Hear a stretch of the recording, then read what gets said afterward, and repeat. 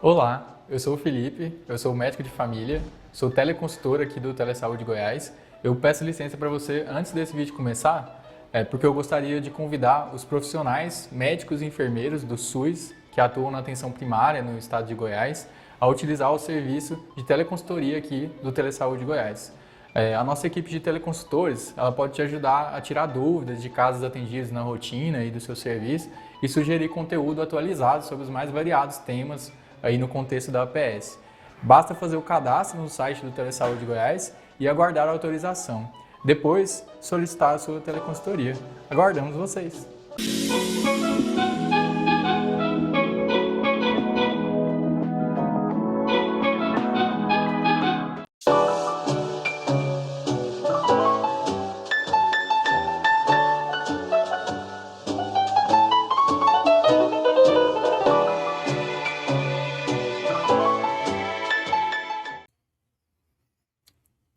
Olá, pessoal. Meu nome é Letícia de Paula, sou médica de família e essa é a minha primeira aula para o Telesaúde Goiás.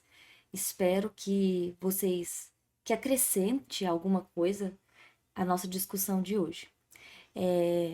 Só tenho a agradecer ao convite mesmo. Hoje eu decidi falar de uma dor muito comum no nosso dia a dia e que é uma dor que o principal, né, é uma cefaleia primária, que só perde para cefaleia tensional de prevalência, mas é extremamente comum no nosso dia a dia, que é a enxaqueca. E hoje eu decidi falar de algumas coisas da enxaqueca, relembrar algumas coisas, e colocar na cabeça de vocês talvez um pouco de probabilidade, de medicina baseada em evidência, mas prometo que é só um pouquinho. Só um pouquinho mesmo. Vamos lá, então. Opa. Então, a enxaqueca, ela é, como eu já disse, ela é uma cefaleia primária, que a cefaleia primária é aquela que não é causada por outra coisa. Ela é o que ela é. Ela é a própria dor, né? Então, a enxaqueca, inclusive, ela participa de um grupo de dor que a gente chama na medicina de dor nociplástica. A dor nociplástica é aquela dor no nosso corpo que a gente não consegue encontrar motivos para ela estar ali, motivos orgânicos, de lesão orgânica. Então, ela não é nenhuma dor neuropática, que é uma dor de lesão do sistema nervoso, nem uma dor nociceptiva, que é uma lesão de um tecido, de algum tecido não do sistema nervoso. Então, ela está nesse grupo de enxaqueca, fibromialgia, síndrome do intestino irritável, a dispepsia funcional. Então, são esse grupo de doenças que elas são desse grupo de dor nociplástica. E vocês vão perceber que, às vezes, o tratamento de profilático delas costuma ser parecido. Você pode perceber que sempre vai ter uma amitriptilina, um tricíclico rondando todas. E vocês começam a entender que esse tratamento de dor nociplástica costuma caminhar em todas. Porém, a enxaqueca, ela tem algumas diferenças. E para a gente falar que ela é enxaqueca, a gente primeiro não precisa de algum exame, porque eu falei, ela pertence de uma dor que é nociplástica, então, teoricamente, não existe lesão ou exame atual que detecte a enxaqueca. Então, ela não necessita de exame para diagnóstico. O diagnóstico é clínico. Porém, é necessário, antes de firmar o diagnóstico de enxaqueca, excluir causas secundárias, né? Ou então os red flags, que são sinais de alerta, que nos alertam que poderia surgir junto ou a não é enxaqueca e seria um tumor, um AVC, sequela de um trauma, etc. E eu vou conversar dos sinais de alerta que indicam os exames de imagem. Eu sei que é muito conhecido aquele mnemônico Snoop, né? Snoop 4, eu acho. Mas eu não gosto dele e aí eu resolvi criar um mnemônico para mim. Vocês gravam se vocês quiserem, mas tá aí os sinais de alerta. Eu gravo assim: ele tem que negar a pior batida na cabeça dele. Nega pior batida. Nega pior batida. N de neoplasia ou uma cefaleia nova, então a presença de neoplasia no corpo da pessoa, ou então é uma cefaleia totalmente nova, nunca sentiu ela antes. É uma cefaleia causada por esforço, então eu sinto a dor de cabeça após espirrar, tossir, fazer exercício. É uma cefaleia que vem na gravidez ou no puerpério. É uma cefaleia que é atípica ou que tem um padrão novo, diferente. Então eu sentia um tipo de dor de cabeça e agora ela tá diferente do jeito que eu sentia. Ela é posicional. Ela tem relação com a idade, mais velhos, 50 anos, ou então e de infecção, sinais de infecção, certo? Febre, sinais que você desconfia que pode ser alguma infecção da meninge, o olho, né? Sinais oculares, no caso, o papiledema. R de remédio, seja excesso de remédios, seja retirada de remédios, e B de batida, realmente um trauma, ou a baixa imunidade. Então, HIV, imunocomprometidos, eles realmente têm que ser investigados com exame de imagem, tomografia ou ressonância magnética de crânio.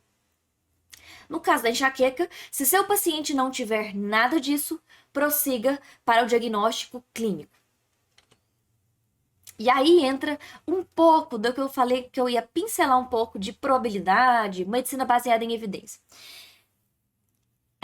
Eu, por ser médica de família, a gente tem um livro chamado Tratado de Medicina de Família e Comunidade. E ele é super completo, e para quem atende na atenção primária, ele é muito bom. Para atenção primária, principalmente ambulatorial, ele é excelente para abrir as portas para você de uma medicina baseada em evidência. E dentro dele tem a prevalência da enxaqueca, ou seja, quantos por cento de pessoas no mundo ou no Brasil que tem esse tipo de cefaleia.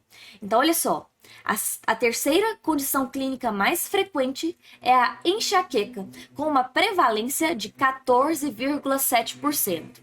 Aqui, ele não disse de qual lugar seria, mas eu olhei em outros lugares e geralmente a prevalência realmente é 15% da população. 15% da população tem enxaqueca. Isso a gente chama de a probabilidade pré-teste, ou seja, quando o paciente entra no meu consultório com uma dor de cabeça que faz me desconfiar de enxaqueca, ele já inicia por pertencer à população que tem 15% de chance. Essa pessoa que na minha frente, ela tem 15% de chance de ter enxaqueca, certo? Isso é o que a gente chama de probabilidade pré-teste. Letícia, se eu não vou fazer exame de imagem, qual é o teste que eu vou aplicar nessa pessoa? É a sua anamnese, é o seu exame físico. No caso da enxaqueca, são perguntas na anamnese. Esse é o seu teste, porque assim, junto com a probabilidade pré-teste, que é a prevalência, e o seu teste, que é o seu diagnóstico, as perguntas de critério diagnóstico para enxaqueca, você vai sair com uma probabilidade pós-teste. E aí você vai ver o quanto cresce a probabilidade depois de uma boa anamnese. E é isso que eu vim conversar com vocês também. Então, já falei que o diagnóstico é clínico. A dor de cabeça da enxaqueca, geralmente esse paciente que vai reclamar de uma dor de cabeça incapacitante, que a pessoa tem que ficar em repouso, fechar as portas, fechar as janelas, ficar num ambiente escuro, sem muito barulho, sem gente conversando. É uma pessoa que nem no celular ela mexe quando ela tá com dor de cabeça. Às vezes ela sente sintomas antes de vir a dor de cabeça, fadiga, alguma necessidade de comer alguma coisa, pode ser ansiedade, pode ser a aura, que é uma outra coisa, não é necessariamente um pródromo clínico, né? Uma síndrome clínica. E aí eu vou te mostrar mais ou menos o que seria esse contínuo da cefaleia, da migrânia, da enxaqueca. Então, os pródromos são esses sintomas que você vai sentir antes de vir a dor de cabeça. Então, por exemplo, eu posso ter alteração do apetite, eu posso ter alteração do humor, eu posso ficar fadigada, irritada, com náusea. Quando eu falo irritada, é porque a gente tem que lembrar que a enxaqueca, ela é 3 vezes mais comum em mulheres do que homens. Então, é mais comum você dar diagnóstico de enxaqueca em mulheres. Você pode ter dificuldade de foco. Isso tudo é o que a gente chama de sintomas de pródromo. Então, é tão interessante, uma vez vi o meu amigo conversando sobre isso e achei maravilhoso. Às vezes a pessoa fala, se eu como chocolate, eu tenho enxaqueca.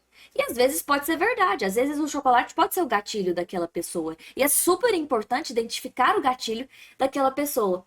Porém, às vezes o chocolate, essa vontade de comer chocolate, pode ser um pródromo, essa alteração de apetite. Só para aí deixar uma coisinha legal que eu escutei.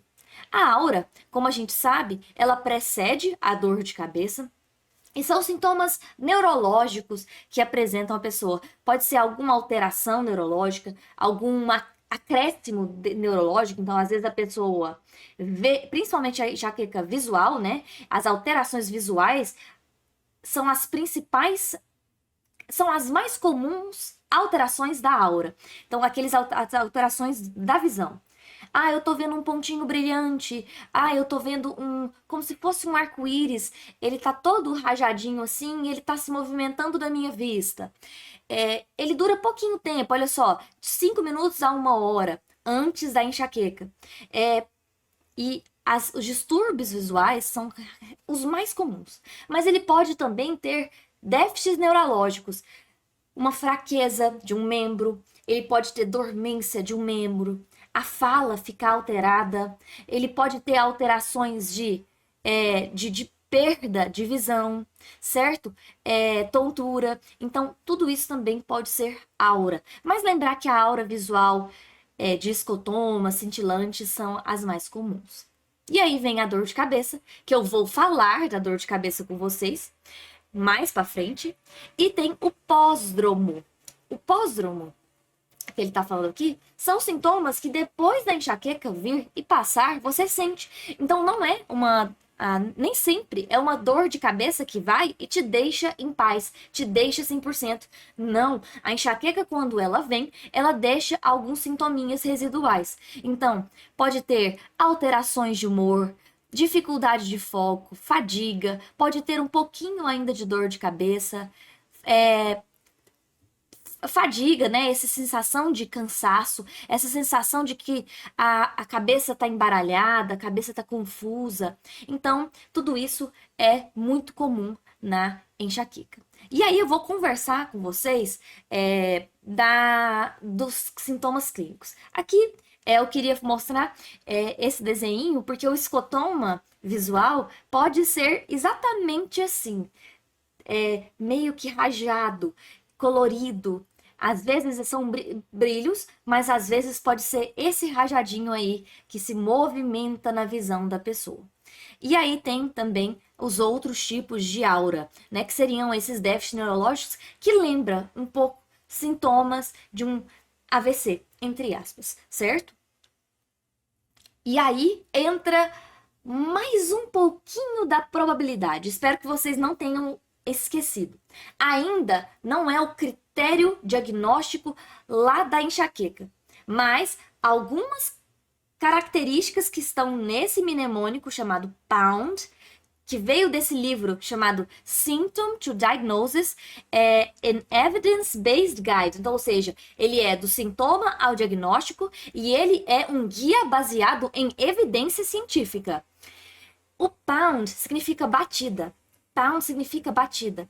Então, é extremamente fácil de gravar, porque a principal forma de enxaqueca, e é até interessante falar que a gente fala que é a principal, mas está presente somente em 50% dos casos de enxaqueca. Às vezes a enxaqueca da pessoa não é latejante ou pulsátil, às vezes é pontada, às vezes é impressão, pode ser diferente, certo? Mas vamos lá. Pound é P de pulsátil, O de ordem cronológica, ou seja, da duração da enxaqueca, que vai de 4 a 3 dias, de 4 a 72 horas. U de unilateral, e lembre-se, unilateral acontece em 60% dos casos, ou seja, 40% dos casos pode ser holocraniana. N de náusea, e aqui eu coloco uma coisa muito interessante, que quando tem náusea, aumenta a chance de ter enxaqueca. E D de debilitante, ou seja, a pessoa, ela se afasta das atividades da vida diária, porque ela piora participando da atividade.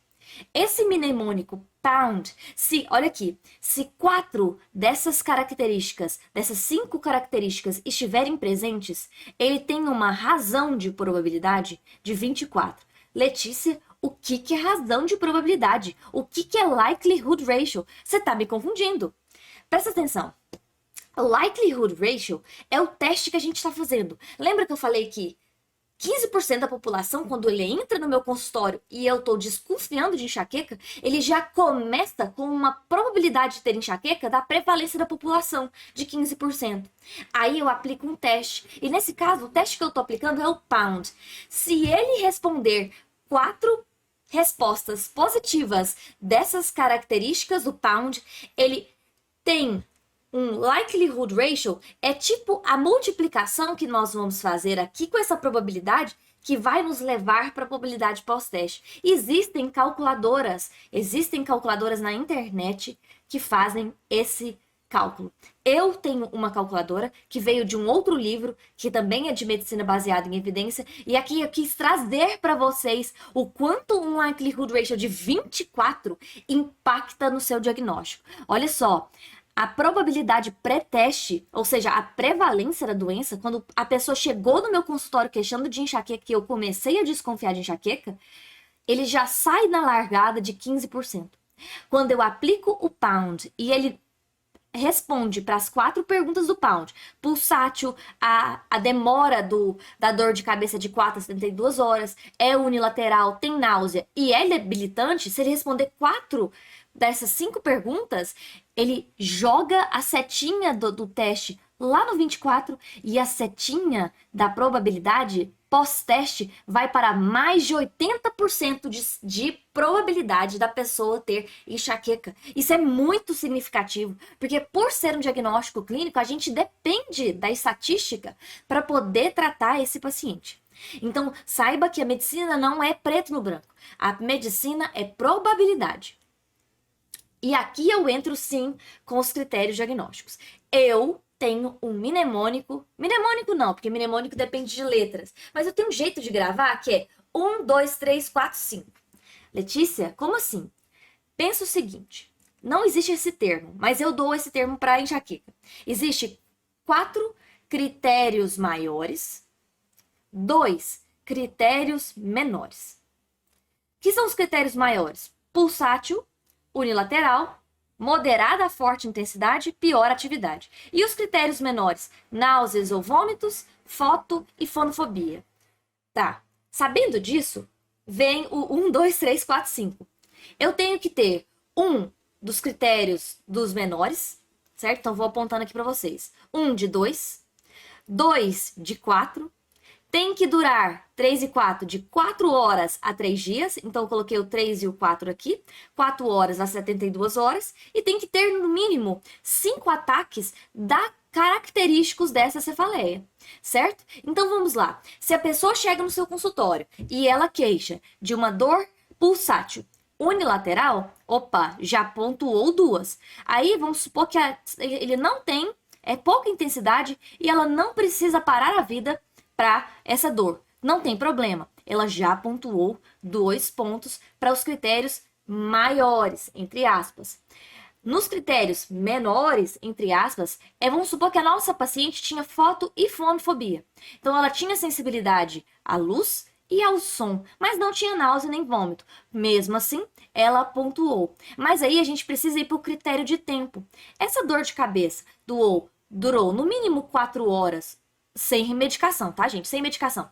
E há 3 dias, 72 horas? Se sim, opa, mais um critério. E você já teve essa enxaqueca nessa característica mais ou menos 5 vezes? Opa, já tive. Então tá dado o diagnóstico. E uma coisa interessante é que muitas vezes o paciente pode vir assim: Doutora, a minha dor não é latejante. A minha dor é na cabeça inteira, mas ela é forte. Ela é forte pra caramba. E quando eu tenho essa dor de cabeça, eu paro tudo. Eu não consigo. Eu não consigo ir pro meu trabalho. Eu não consigo fazer minhas atividades físicas, porque tudo piora a minha dor de cabeça. Doutora, eu sinto náusea quando vem. Eu sinto muita náusea quando eu tenho essa dor de cabeça. Essa pessoa, apesar de não ter as características típicas de uma enxaqueca, ela preenche os critérios também. E lembra, uma característica interessante é que não é foto ou fonofobia, é foto e fonofobia. Tem que ter os dois, tem que ter essas duas sensibilidades externas para que o paciente pontue nesses critérios menores, certo? Então, vamos seguir em frente. E o tratamento da enxaqueca, ele pode ser da crise, que é o tratamento abortivo, é aquele que você quer tirar a pessoa da crise, e existe o tratamento profilático, que é aquele paciente que está tendo muita frequência de enxaqueca debilitante, está incomodando, está atrapalhando aquela pessoa nas suas atividades diárias, e aí nós podemos introduzir um tratamento preventivo, profilático. Letícia, vai parar de ter enxaqueca? Não, essa não é a promessa do profilático. A promessa do tratamento profilático é, quando você tiver dor de cabeça, talvez ela vai ser menor, ela vai ser mais fraquinha, vai durar menos. E também, às vezes, quantas vezes você tiver, também vai diminuir essa frequência. Ou seja, eu tinha 5 vezes no mês, agora você tem 1, 2 no mês. Então ele não é uma promessa de cura, mas ele é uma promessa de qualidade de vida. E também tem as mudanças comportamentais. Porque as mudanças comportamentais, elas são ideais para você identificar gatilhos, para você tratar essa dor como ela merece. E aqui, por ser médica de família, eu trouxe uma questão que é muito do meu coração, que a gente fala muito na medicina de família de método clínico centrado na pessoa. O que é um método clínico centrado na pessoa? É um método de conversar com o paciente, dividir poder com o paciente, dar autonomia para o paciente, mas entender o que passa na cabeça daquele paciente quanto àquele sintoma. É muito importante. Então eu trouxe um pedacinho do método clínico para cá, que é o CIF. Eu não fiz esse mnemônico, tá? O CIF é o seguinte, é você entender o que está passando na mente daquele paciente. Então, são sentimentos que aquela dor de cabeça causa. Porque, por exemplo, às vezes a aura é muito assustadora. Então, doutor, eu tive uma visão, na minha visão ficou toda estranha. Eu vi um monte de pontos de luz. Eu tô muito assustada. Eu tô com muito medo. Então você entende o sentimento daquela pessoa. Vamos supor que ela chama Eduarda. Eduarda, e você desconfia que essa dor de cabeça seja alguma coisa? Ou seja, ela tem ideia desse diagnóstico? Nossa, doutor, eu tô morrendo de medo de ter tido um AVC. Ah, Eduarda, entendi. E tem te atrapalhado de que jeito? De que jeito você está funcionando na vida real? Como que tá a sua funcionalidade? Eu tenho faltado muito ao trabalho. Pelo menos 4 vezes no mês eu tenho faltado ao trabalho. Eu não estou conseguindo fazer minhas atividades físicas como eu fazia. E, Eduarda, quando você marcou essa consulta, você tinha alguma expectativa, algum exame, algum remédio? Você queria descobrir o diagnóstico? Eu posso entender melhor o que você esperava de mim? E aí, Eduarda, por exemplo, ela queria um exame, ou a Eduarda queria saber o que ela tinha. Ela queria ser tranquilizada. Esse aqui é meu gato, gente. Desculpa, olha aqui. É o Zé. Veio participar. Às vezes ele vai passar slides aqui pra mim, tá, gente? Que já passou, né? Veja. Deixa eu pegar o Zé e tirar ele daqui. 1 minuto, pessoal. Ô, meu amor. Fica aí. Perdão, pessoal. Ele é uma gracinha. Ele é uma gracinha. Mas ele é participativo no meu teclado. Ele adora meu teclado e por isso ele veio aqui dar o ar da graça dele. É porque eu tô com uma segunda tela do meu lado esquerdo e ele veio em cima da tela. Então, dores, geralmente, principalmente dores novas, aura, escute o seu paciente, veja qual é o sentimento dele. tranquilize esse paciente, porque a enxaqueca, por não ter um exame que faça o diagnóstico, gera muito medo às vezes na pessoa. A dor, por ser muito incapacitante, muito forte, gera medo também. Então, assim, nem todo paciente é completamente esclarecido do que é enxaqueca. Eles não sabem geralmente o que é enxaqueca e a gente precisa parar um tempo da consulta para escutá-lo de verdade. Certo? E não só, eu falei muito de probabilidade, e acho lindo a gente fazer uma anamnese bem feita, mas não foque tanto só na anamnese. A anamnese, é claro, faz parte do seu bom diagnóstico, mas veja também se a pessoa precisa de algum tipo de escuta, de algum tipo de tranquilização, de uma explicação do que está acontecendo, ou então pelo menos de uma escutativa. Ver o que essa dor de cabeça está causando de sofrimento. E aí as mudanças comportamentais. Observar os gatilhos. Então você vai falar o seguinte para o paciente. Você vai ter que fazer um trabalhinho de detetive. Você vai tentar descobrir o que causa a sua dor de cabeça. Ah, é o vinho tinto que eu tomo. Então, vamos diminuir a frequência do vinho tinto. Ah, Letícia, é toda vez que eu fico muito estressada. Então, nós vamos tentar ter uma rotina mais saudável. Ah, Letícia, é toda vez que eu mexo muito no celular. Então, nós vamos diminuir o seu tempo de tela. Não existe receita da enxaqueca. Ou seja, você vai parar com chocolate, você vai parar com tal coisa. Não existe, porque os gatilhos eles são muito pessoais. Às vezes uma pessoa tem o gatilho com o vinho tinto, às vezes a outra não tem. Então a gente não precisa receitar uma receita pronta para todo mundo. É extremamente individualizado. Mas alguma coisa segue. Por exemplo, tenha um bom sono. Sono age nessa dor nociplástica que eu falei, de uma maneira muito boa. Ele produz neurotransmissores saudáveis para a dor. Então, ter uma boa rotina de sono, horário para dormir, horário para acordar, ter no mínimo algumas horas de sono que o seu corpo necessita, diminuir sua exposição de telas, fazer exercício físico é muito importante na dor nociplástica também. Lembra da fibromialgia? O tanto que o exercício físico é importante? As comidas saudáveis, dá preferência para comida saudável, fazer um diário de enxaqueca para você ver o que você. É esse trabalho de detetive. Tal dia eu tive uma dor de cabeça, ela durou tanto tempo, passou com remédio, passou sozinha, ela era de intensidade tanto de tanto, eu precisei ficar no meu quarto sozinha porque eu tinha isso. E para fazer o diário, o paciente precisa estar bem orientado. Por isso que precisa dessa conversa muito bem clara. E técnicas de mindfulness também são muito boas. Meditação é muito interessante para essa mudança de vida do paciente que possui enxaqueca.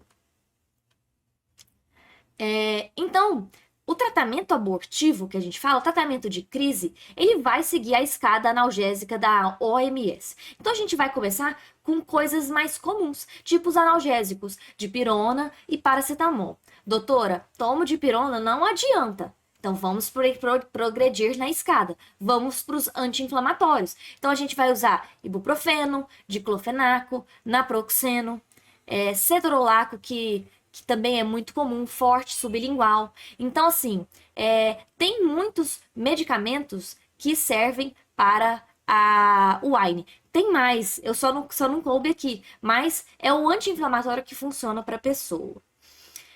Dos antieméticos, porque a gente sabe que náusea é um sintoma de enxaqueca, tem alguns que são melhores que outros, principalmente a domperidona e principalmente a metoclopramida de 10 miligramas. Eu não fiz propaganda aqui, mas é porque eu queria mostrar, porque ela é muito importante. Se seu paciente está numa crise e a crise dele vem acompanhada com náusea, a metoclopramida, além da náusea, ela também age um pouquinho na dor, tá certo? Então ela é boa nesses casos de crise. Não funcionou o meu AINE. Não funcionou. Aí a gente entra para um tratamento que foi criado especificamente para a enxaqueca, que são os triptanos. Os triptanos são uma classe de medicamentos que eles são vasoconstritores e a gente geralmente quando a pessoa já tem muito histórico de enxaqueca e já conhece bem sua enxaqueca, a nossa orientação é o triptano, ele age melhor não quando a dor tá lá no alto. Nossa, tá insuportável, eu vou tomar o meu sumatriptano. Não, você já sabe que a dor vai vir forte, já toma ele no começo da sua dor, porque aí sim, ele vai ser o mais efetivo possível. É claro que você, doutora, eu só deixei, não tinha remédio perto de mim, fui tomar só quando tava muito forte. Também não tem problema, pode usar. Mas a gente tem alguns cuidados que a gente tem que tomar com o triptano. Quais são os triptanos que a gente possui aqui no Brasil? Principalmente o sumatriptano. O sumatriptano ele ainda tem uma vantagem, que ele tem uma apresentação que vem junto com o AINE, que é o naproxeno. Então tem uma formulação na farmácia que tem o sumatriptano e o naproxeno junto, ou seja, triptano e AINE juntos. O naratriptano, ele demora mais para fazer efeito, certo? E o risatriptano, que também é muito bom e também é mais rápido que o naratriptano. Essas são as doses que a gente tem disponível. E eu trouxe aqui uma curiosidade. Letícia, e se a dor estiver muito forte? Eu posso usar um opioide, um tramadol, uma codeína? Não, você não. Você pode. É contraindicado? Não é contraindicado. Mas aquela organização chamada Choosing Wisely, na Academia de Neurologia, elas sugeriram não usar opioide para tratamento de migrânia, exceto quando foi o último recurso. Ou seja, você tentou toda a escada analgésica, você tentou os triptanos, nada deu certo, pode usar um opioide, mas não use de maneira frequente, porque pode piorar sua dor de cabeça. E aqui agora, falando um pouco mais dos triptanos, a gente tem que ter um certo cuidado. Quais são realmente as contraindicações de usar triptano? Falei que ele é um pouco um vasoconstritor. Então a gente tem que ter muito cuidado nas pessoas que têm tendência à isquemia. Por exemplo, aquela pessoa que tem angina, você não vai passar triptano. Aquela pessoa que já infartou, aquela pessoa que já teve um AVC, aquela pessoa cuja aura é motora, tem fraqueza muscular, perde a força de um lado do corpo, fica sem conversar direito, paralisa um lado da face, essa você vai evitar também usar o triptano. Hipertenso não controlado, então a pressão muito alta também, a gente geralmente contraindica os triptanos. E isso aqui é também muito interessante. Vocês vão ver, eu não consigo. Deixa eu ver se eu consigo dar um zoom aqui para vocês verem uma curiosidade. Olha só isso aqui. Na caixinha do triptano, vocês vão ver, olha só, 2 comprimidos, 2 comprimidos. Aqui tem quantos comprimidos? 4 comprimidos. Letícia, eu não tô entendendo. Onde você quer chegar com isso? O triptano, ele não é igual você vai na farmácia e compra um AINE. Aí você compra uma nimesulida e vem muitos comprimidos de nimesulida. Não é assim, certo? Então, ele vem 2 comprimidos. E esses 2 comprimidos você não pode tomar de uma vez. Você não pode. Tomou um comprimido, não funcionou. Por exemplo, tomou o sumatriptano. Tomou. Não melhorou sua dor de cabeça? Espera no mínimo 2 horas para tomar o segundo comprimido. Não melhorou? Você tem que esperar 24 horas para tentar o uso de outro triptano. Então, não use 2 triptanos juntos num dia, em 24 horas. E também para pacientes com hepatopatia descompensada, a gente evita também usar triptanos.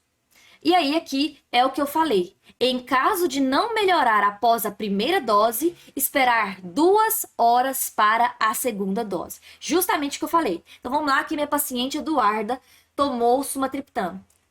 E não melhorou totalmente, continuou doente. Eduarda, não toma o segundo de uma vez. Espera 2 horas para tomar o segundo comprimido, certo? Então, lembra que geralmente vem 2 comprimidos e você tem que esperar 2 horas, certo? E o tratamento profilático? Bom, as indicações de tratamento, gente, não são fixas. Tipo assim, quantas crises a pessoa tem que ter no mês, quantas dores de cabeça a pessoa tem que ter no mês. É um pouco tênue. O que eu encontrei, que foi aqui no BMJ, eu olhei também o UpToDate, que são bases de dados confiáveis. eu encontrei que crises de migrânia, típicas de migrânia, mais que 4 vezes no mês, pode ser um indicativo, sim, de tratamento profilático. Ou então, a pessoa tem 8 crises de cefaleia. Não é necessariamente migrânia, mas a pessoa está tendo dor de cabeça 8 vezes no mês. Também tem indicação de profilaxia. E olha só aqui o que o BMJ traz. Os tratamentos preventivos devem ser considerados para pessoas com ataques de enxaqueca incapacitantes e frequentes. Ou seja, quando eu tenho enxaqueca, eu falto trabalho, eu não vou à academia. Então, às vezes a pessoa nem tem tanta frequência, mas é extremamente incapacitante quando vem. Então, e também a frequência, né? Que eu falei que pode variar aí de 4 a 8 vezes. Quando o tratamento agudo são ineficazes ou contraindicados, lembra que tem contraindicações dos triptanos? Ou então os ataques causam sequelas neurológicas. Isso é mais raro de acontecer, claro, é mais raro. E geralmente a gente programa o tratamento para 4 a 6 meses de tratamento profilático. Às vezes, vai tratar por mais tempo. Não tem problema. Não é uma caixinha fixa de 4 a 6 meses, mas é para vocês terem uma noção de que às vezes compensa desprescrever o tratamento profilático para não ficar aquele paciente que só vai ficando cheio de remédio à medida que vai envelhecendo. Aqui tá o seguinte: os remédios de profilaxia estão dentre eles os beta-bloqueadores, né? Então, o propranolol e o metoprolol são os principais que vão atuar na enxaqueca. E aí, nas doses de 80 a 240 miligramas fracionado para o propranolol e o metoprolol aí na dose de 50 miligramas 2 vezes ao dia, o aumento é de todos eles. Você nunca vai começar com a dose máxima, tá, gente? Então, você não vai começar um propranolol na dose de 240 miligramas. Você vai começar um propranolol numa dose mais tranquila, às vezes 40, às vezes até menor, e aí você vai aumentando gradual. Mesma coisa com a venlafaxina. Você não vai começar direto com uma dose de 150, 225 miligramas. Você vai começar com uma dose de 37,5, vai para 75, vai para 150, até você ver qual é a dose mínima necessária para tratar a enxaqueca. A amitriptilina, a mesma coisa, mas todos eles você tem contraindicações e também tem efeitos colaterais e a gente tem que deixar assim bem claro na mesa do paciente. Por exemplo, os beta-bloqueadores a gente evita em pacientes que têm asma.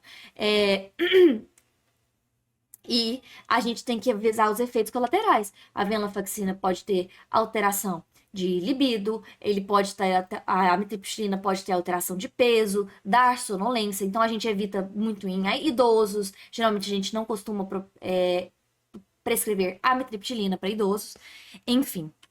Aqui temos o ácido valproico, também é muito bom, mas temos que ter cuidado com mulheres que não usam anticoncepcional, porque ele é teratogênico, e também tem efeitos colaterais como queda de cabelo e ganho de peso. Topiramato, também ele tem que ser um aumento super gradual, até atingir aí uma dose de 50, uma vez por dia ou 2 vezes por dia. E lembrar que o topiramato, ele pode gerar, não é necessariamente, pode atuar como perda de peso ou então manutenção do peso e pode ter algumas alterações cognitivas. Então, dependendo da profissão da pessoa, você não vai indicar topiramato. Então, a pessoa é um professor, a pessoa é um aluno, a pessoa é um aviador, a pessoa alguma profissão que necessita da cognição muito atenta, você não vai usar esses tipos de remédio. E a toxina botulínica, que é também as aplicações em vários pontos da cabeça, que aqui é uma coisa mais específica para o neurologista, e aí ele vai fazer aplicações para ver se melhora. E finalizando aqui, eu gosto muito de trazer também um diagnóstico diferencial da enxaqueca, que é a dor miofacial. A dor miofacial, ela é um ponto do músculo que dói, que fez um nozinho e dói. E quando você pega nisso, você sente uma banda muscular, como se fosse uma banda desse músculo tensa, dura, como se fosse um cordão. Um cordão do músculo tá duro. E quando você aperta aquele lugar, por exemplo, aqui eu apertei o xizinho aqui do trapézio. Então eu fui lá na pessoa e apertei aqui o trapézio. Nossa, doutora, tá vindo pra cá. Tá vindo pra cá. E essa é a sua dor? É a minha dor. Opa! Então, às vezes a pessoa tem junto com a enxaqueca uma outra coisa, que aí você pode ajudar no tratamento dela. Outro músculo é o esternocleidomastoide. Olha só as dores referidas aqui. O trapézio faz uma dor aqui lateral, até aqui na frente, mandíbula, pescoço. E o esternocleidomastoide, ele pega a fronte, ele pega o ouvido, ele pega a parte aqui frontal também unilateral, pode pegar um pouco aqui da parte occipital. Então, Letícia, tá, e como eu trato isso? Bom, você pode tratar com compressão isquêmica, ou seja, você vai lá no músculo da pessoa, vai doer, tá certo? Não é uma massagem que você vai fazer. Achou o ponto? Nossa, é aí. É bem aí. Então vamos segurar aqui por 1 minutinho a 3 minutinhos. Vou segurar aqui para a gente ver se esse músculo relaxa. A compressão isquêmica é uma opção. Mesma coisa no trapézio. Nossa, é bem aí que dói. Então você vai segurar, fazer uma compressão isquêmica, seja de pinça, seja com o polegar mesmo, às vezes com as mãos, uma compressão isquêmica no músculo, porque aí ele tende a relaxar. Mas o tratamento mais eficiente são as agulhas de acupuntura. Lembrar que a gente não faz acupuntura, a gente está fazendo o chamado agulhamento seco, ou seja, é só a agulha, não tem nenhuma aplicação de corticoide, lidocaína, essas coisas. Então, é só a agulha e mais nada. E aí, quando chega no nozinho e a gente acerta o nozinho, ele dá um trimeliquezinho e ele solta a banda que estava tensa. Então, e esse, gente, não tentem sozinhos. Existem cursos no Brasil que disponibilizam cursos práticos e teóricos de agulhamento seco. E para quem trabalha com atenção primária, dor miofascial tem que fazer parte do repertório. Dor de cabeça, dor na coluna, dor na perna, tem que fazer palpação de músculo, tá certo? Músculo também dói. Bom, é isso. Eu agradeço demais o convite do Telesaúde. Espero que não tenha sido muito cansativo. E é isso. Agradeço de verdade. Até mais.